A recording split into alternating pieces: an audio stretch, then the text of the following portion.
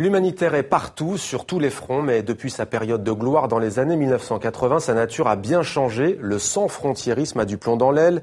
Les organisations non gouvernementales dans les pays du Sud sont désormais tout aussi compétentes que leurs homologues des pays du Nord et d'Occident. Alors comment repenser l'humanitaire dans ces conditions ? Jean-François Mattei montre la voie dans son nouveau livre. Bonsoir Jean-François Mattei, merci d'être avec nous sur TV5 Monde. Vous avez été ministre français de la Santé, vous avez présidé la Croix-Rouge française, dont vous êtes aujourd'hui le président honoraire. Avant de vous donner la parole, je vous propose de regarder une image.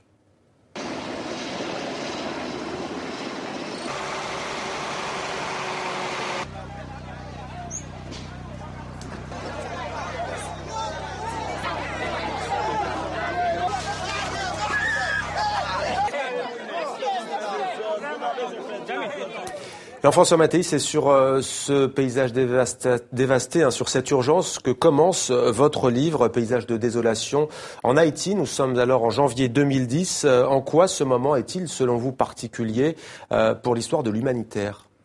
Je pense que les humanitaires se sont donnés au maximum dans cette urgence, se sont trouvés confrontés à une situation totalement inédite parce qu'on avait eu le tsunami avec 220 000 morts. Là, c'est à peu près la même chose. Mais le tsunami, c'était sur plusieurs pays. C'était sur des milliers de kilomètres de rivage. Et là, c'est concentré sur Port-au-Prince, sur une partie d'Haïti. C'est la désolation. Alors, les organisations humanitaires, auxquelles d'ailleurs je veux rendre hommage, je veux pas qu'il y ait d'ambiguïté dans mon propos. Elles ont fait tout ce qu'elles pouvaient pour prendre en charge les personnes déplacées, ceux qui avaient tout perdu. Et puis, au fil du temps, on a senti poindre des critiques. Haïti, c'est désormais la République des ONG. Ces humanitaires, ils font tout dans leur coin et ils ne nous demandent rien. Ils ne nous impliquent pas. Et comme j'y allais régulièrement au titre de la Fédération de la Croix-Rouge et du Croissant-Rouge, à peu près tous les 4 mois, ça a commencé à m'interroger parce que d'un côté, je voyais tout ce qu'on faisait, merveilleux, avec des gens qui nous accueillaient, mais je voyais monter cette critique et j'ai entrepris de rencontrer des décideurs, des gens qui comptent, et ils m'ont tous dit « Oui, ce que vous faites est bien, mais vous le faites sans nous. » Or, je cite la phrase de Mandela, tout ce qu'on fait pour moi sans moi est contre moi. Ouais. Et donc il y a eu cette espèce de réaction et je pense qu'elle ne peut pas nous laisser indifférents. Alors vous résumez la problématique qui se pose à l'humanitaire en une phrase dans votre livre. Vous écrivez ceci, ce n'est pas tout d'avoir échappé à la mort par miracle, il faut vivre à présent. Eh bien oui. Ça, c'est parce que pendant longtemps, on a voulu résumer l'action humanitaire à l'urgence. Elle est évidemment essentielle. C'est le prérequis obligé. Mais quand vous avez sauvé quelqu'un de la noyade, vous ne l'abandonnez pas sur le sable. Évidemment, vous essayez de l'aider à reconstruire sa vie. Et donc, une maison, une école, un centre de santé, l'humanitaire, c'est tout cela. Mais tout cela, on ne peut pas le faire sans impliquer les gens. Et c'est probablement dans cette période de changement que l'éthique s'impose. Jean-François Mattei, vous expliquez que l'humanitaire est à un moment clé de son histoire et vous dites dans votre livre que l'ère des French Doctors, les docteurs français et du sans-frontiérisme est désormais obsolète, c'est-à-dire ? Alors attendez, là aussi, il ne faut pas de confusion. J'ai la plus grande admiration pour ce que fait Médecins sans frontières. Et ce qu'ils font sur Ebola, on va y revenir justement, oui. Est parfaitement estimable. C'est pas Médecins sans frontières, c'est l'idée du sans-frontiérisme. Aujourd'hui, les pays veulent rester souverains chez eux. Et quand vous voulez partir en mission humanitaire, il vous faut un visa. Quand vous voulez rester, il vous faut une autorisation de séjour. Et quand vous ne vous comportez pas comme le souhaite le pays, vous êtes expulsé. Au cours des dernières années, il y a eu un certain nombre d'expulsions d'organisations humanitaires. Et vous trouvez ça normal ou ça vous choque ? Je trouve normal que les pays, j'appelle ça la deuxième révolution post-coloniale. Ça fait 50 ans que ces pays ont atteint leur indépendance. Eh bien, 50 ans après, ils manifestent la volonté d'assumer eux-mêmes l'action sociale et humanitaire chez eux, pour les populations dont ils ont la charge. Et je pense que nous devons comprendre cette demande. Et comme ça ne va pas se faire du jour au lendemain, ça prendra quelques années, il faut le faire, il faut les accompagner. Je trouve que c'est le mouvement normal de l'histoire. Et en quoi l'éthique a un rôle, selon vous, important à jouer pour y parvenir ? Eh bien, parce que nous sommes dans une période de changement et que j'ai vécu la révolution médicale et scientifique et que nous sommes sortis de cela grâce à l'éthique. Et que je pense que dans cette révolution humanitaire, il faut se tourner vers les principes éthiques. Ils sont très simples, vous savez. L'autonomie, mais c'est exactement ce que demandent les États, ce que demandent les organisations locales, ce que demandent les habitants de ces pays. Ils veulent être responsables d'eux-mêmes. Et donc, pas qu'on leur impose un certain nombre de choses. Ils veulent se l'approprier. Première chose, l'autonomie. Personne ne peut être contre. De la bienfaisance. Vous voulez nous faire du bien, mais vous êtes-vous assuré que ce bien que vous nous proposez, nous le considérons comme un bien pour nous ?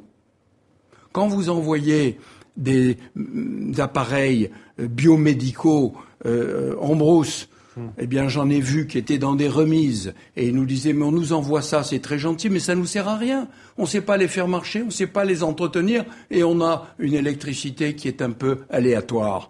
Et donc ça n'est pas un bienfait. La non-malfaisance, ça c'est un grand principe de la médecine. D'abord ne pas nuire.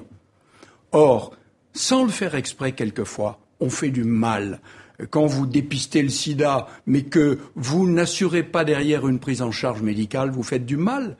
Vous plongez les gens dans une détresse morale. Et donc, il y a le quatrième principe qui est la justice, et qui est assez étonnant, mais quand vous avez un camp de réfugiés, 30 000 personnes, j'ai vu ça avec la Croix-Rouge française, eh bien vous leur assurez la nourriture, l'eau, la sécurité, les soins, l'abri, c'est parfait. Mais vous avez les villages alentours qui tardent pas à venir et qui vous disent « Mais attendez, ils sont là, c'est très bien, les pauvres, ils ont été chassés de chez eux. Mais ils sont mieux traités que nous maintenant. Nous, on n'a pas toute cette nourriture, cette eau, les soins, la sécurité. C'est pas juste. » Et donc, je pense qu'il faut revenir à ces 4 principes. Et si on les applique à l'humanitaire, alors je crois qu'on sera entré dans l'humanitaire moderne. Alors, Jean-François Mattei, dans l'humanitaire à l'épreuve de l'éthique, vous distinguez un autre tournant. On a parlé d'Haïti. Il y a pour vous un autre tournant. On regarde.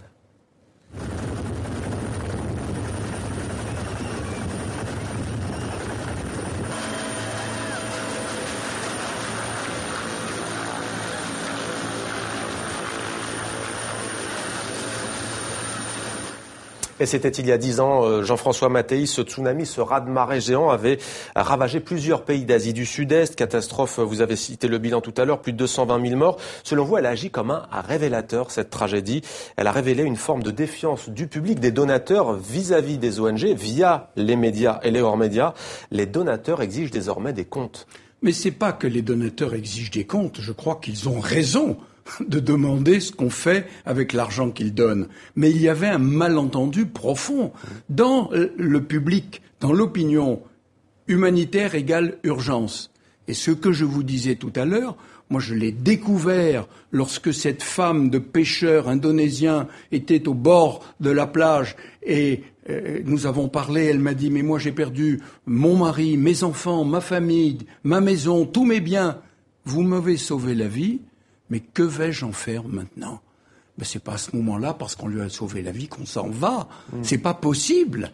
L'homme est un tout. La prise en charge de l'être humain. Mais justement, pour cela, Jean-François Mattei, pour cela, il faut de l'argent. Or, des ONG avaient dit arrêtez d'envoyer des dons. Pas les ONG. Non. Les ONG médicales et urgentistes. Okay. Et nous avions de l'argent. Il y avait des besoins. Nous sommes restés. Et je crois qu'aujourd'hui, le débat n'a plus lieu. Tout le monde comprend que l'urgence est indispensable, mais qu'il y a la post-crise qu'il faut prendre en charge. Et si vous aviez un reproche à faire aux médias que nous sommes, quel serait-il ? Mais c'est pas qu'aux médias, à l'opinion publique, ou même aux organismes de contrôle, d'une façon générale. Et d'ailleurs, c'est pratiquement spécifique à la France, cette opposition urgence-développement. Elle est en train de s'estomper, Dieu merci. Donc le tsunami nous a montré qu'il y avait l'urgence et le développement, mais qu'en fait c'était un tout dans la prise en charge des personnes, même si certaines organisations sont spécialisées. Et puis aujourd'hui, Haïti, dont on tire la leçon, c'est qu'on ne peut pas faire le bien des gens sans eux, sans leur volonté, sans leur participation. C'est ça le message. Alors ça, c'est en cas de catastrophe naturelle, entre guillemets. Jean-François Mattei, qu'en est-il dans les pays en guerre? Quels sont les défis auxquels sont confrontés les humanitaires lors des conflits Centrafrique, Soudan du Sud, Irak, Syrie aujourd'hui? On a le sentiment qu'il y a eu là aussi une crise identitaire ces dernières années. Quel rôle pour les humanitaires? Il y a une crise épouvantable qui est que chaque fois qu'il y a un conflit, si les humanitaires rentrent avec l'autorisation de l'État, ils sont considérés comme les complices de l'État et donc des cibles pour les rebelles.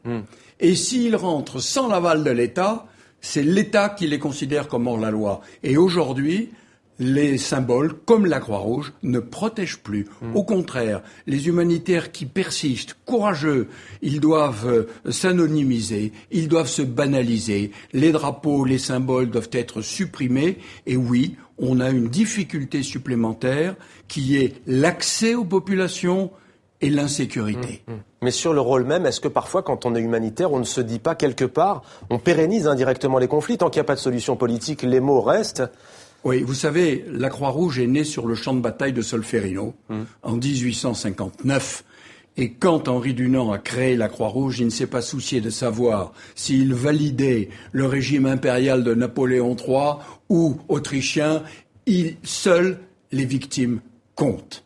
Et sur l'éthique, que peut-elle là encore, s'agissant non pas des catastrophes qu'on évoquait, mais des conflits précisément? Ça, on est dans l'éthique des conflits. C'est très difficile parce que vous savez que les conflits obéissent généralement à la loi du plus fort, ce qui est le contraire de l'éthique. Mais quand même, l'éthique qui consiste, comme en médecine, à s'occuper des blessés, à les soulager, à les accompagner, je pense que c'est absolument capital. S'occuper des prisonniers, des détenus, pour vérifier leurs conditions de détention, c'est capital. En réalité, l'humanitaire, pour résumer, il a la responsabilité d'apporter de l'humanité chaque fois que l'inhumanité menace.